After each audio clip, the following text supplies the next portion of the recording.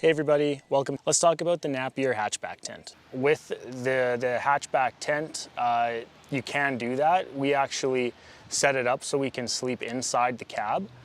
We keep all of our storage, all of our clothes, suitcases, all that stuff in the tent and actually sleep inside the cab of the SUV with the seats down.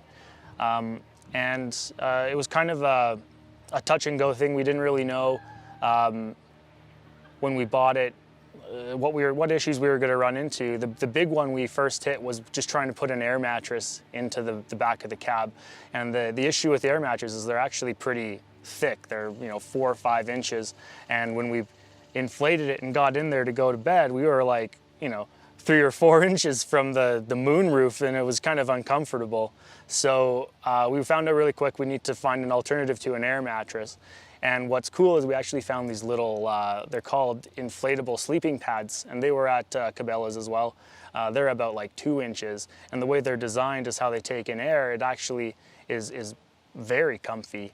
So and that's one of the really nice things about this is that, now that we figured out how to sleep in the cab with this, this tent, we have a moonroof and it's just beautiful. You're completely closed in, you feel safe and secure. That's one of the main things that I also had an issue with just a conventional tent, is that there's really not much between you and other people or wildlife when you are sleeping. Here you do have the security of your car. You can close the hatch all the way, and we found with our SUV, I'm 6 feet and I still had a lot of leg room. So if that's a concern of yours, you can sleep in your cab. And thanks for watching. Hey everybody, on today's video, I'm going to be doing the off-grid Raptor series rooftop tent. Alright, so as you've heard me say, overall, I'm just super happy with this purchase and this tent. This thing is amazing. The canvas is really thick, it's great quality. I love the style of it. I like this style of rooftop tent better than, the ones that are more difficult to set up and have more awnings and just sort of take a lot more effort. I will say too, when I first got the tent, I was using these straps quite a bit. So they go down and strap onto your fender, or I use my front door handle up there for the front one. But the reason for that is just access, right? So I always was constantly having to undo this strap to get into the front door, or kind of tripping over it, or, I have a trasharoo here on the back of my truck that was, hindered by the strap. So I just kind of wanted to get them out of the way. You could probably take these off if you were never going to use them. I like having them on just to pull the tent down, but they do make setup super, super easy. All I did was I vented the windows about like that, and just barely on that end, and then I had the whole front door shut all the way, and I slept like a baby. I have a t-shirt, a long sleeve shirt, a fleece, and then a jacket on, and then I have sweatpants and a pair of pants over top of those, and some wool socks, and I wore a sock hat. I think it's perfect. One person in the tent, no propane heater running or anything, couple little drips and stuff. So what I'm going to do is I'm going to zip down that back window and just sort of let it dry out.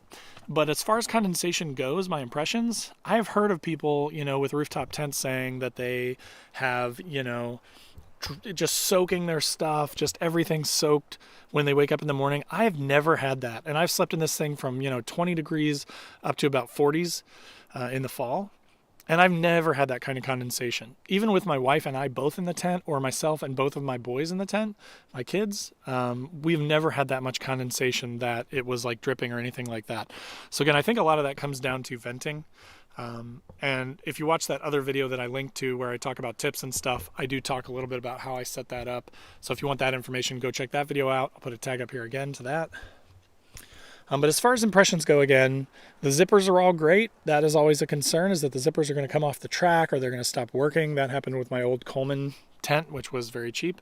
But again, I've used this thing, 2/3 of a month now out of the last 4 months, and the zippers work great. Everything just works great.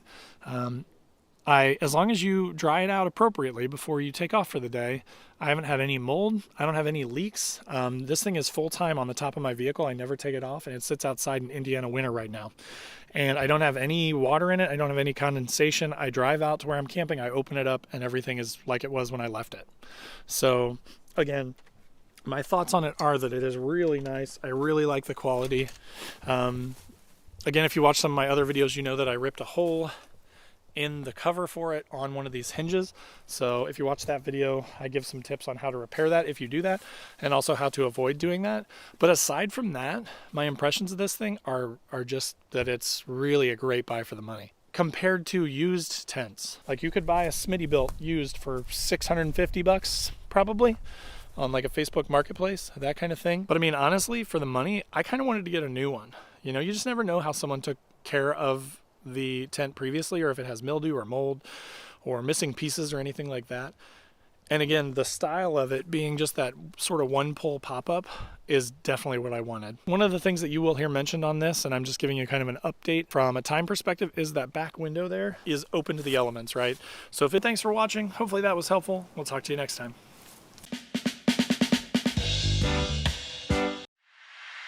It's the Napier Sportz tent.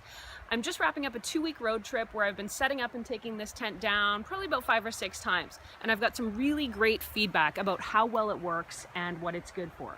In this case, the tent is built to sleep 2 right in the back of the box of the Ford F-150. Let's check out how it works and how it reviews. The tent is actually quite tall. I'm about 5'8" and I can nearly stand up inside it. That's great, but there's also a downside in that all that open airspace can get cold. Inside, you can fit a queen mattress in here, but it's going to cup a bit. There's also some pockets and a gear loft for you to store your stuff. Setting up the Napier Sportz truck tent is pretty much a 2-man job. You could probably struggle through it with one person if you had to, but I don't advise it. Getting it set up is easier each time once you learn what to do. You will need to follow the instructions exactly, as there's a certain order the poles have to go in, so you need to follow. When I was setting up the truck tent, I really felt like inserting the poles was straining the material to beyond its capacity. It really felt like something was going to rip or tear or break when a couple of the poles were being set upright.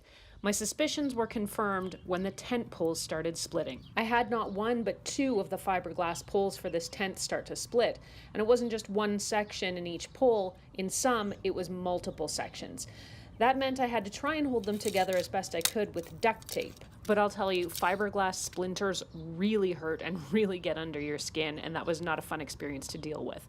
My preference is for much more durable aluminum poles. That's what I've typically used with camping, and I've found them to be super durable and very long-lasting. While the broken poles didn't ruin our trip or destroy the tent, they were a bit of a pain. They made the entrance area kind of floppy, and made the zipper kind of hard to use to get in and out of the door.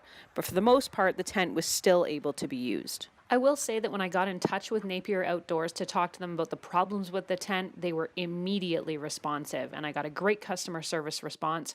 At first, they offered to replace the tent poles, then to replace the entire tent when it was clear it just wasn't going to work out.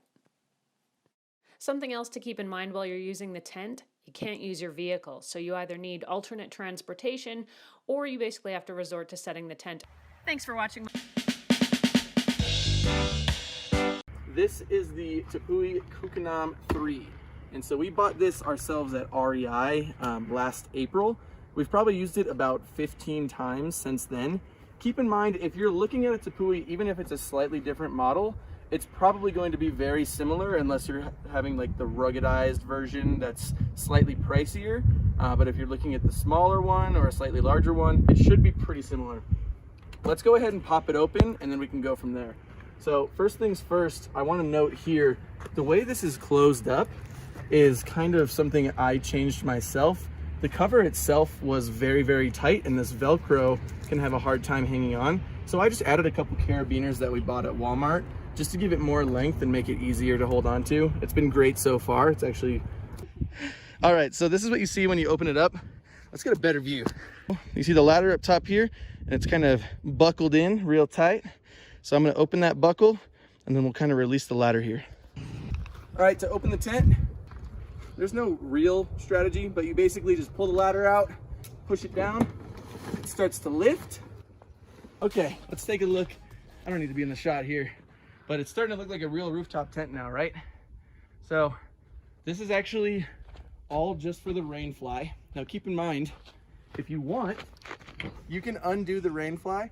If you're very confident it's not going to be a wet night, you can take this off completely, and there's a zipper on the other side, and look up at the night sky when you're sleeping. Now for the best part, I'm going to take you guys up the ladder inside the tent, because that's where I feel people always lack on these videos. So let's check out the inside. Let's see what I can tell you about it. So there's these little buckles like we saw earlier where I'm able to lock this canvas screen. You can also do the same for the mesh screen. I'm not gonna worry about that for the mesh. So here's the first thing you're gonna see. This is your mattress.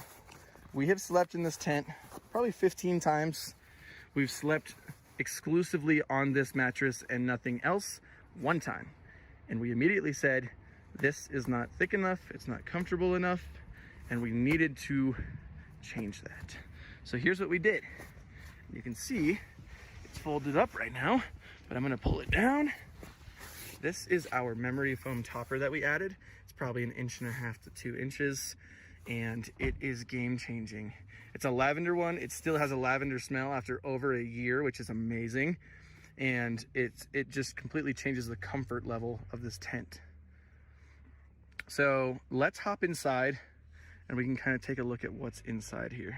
Took a brief cut there because I opened the other end because I wanted more light in here so I can show you guys what's up better. So let's hop in. Give me a second to take off my shoes. We abide by the no shoe policy in the tent. I'll show you what I mean.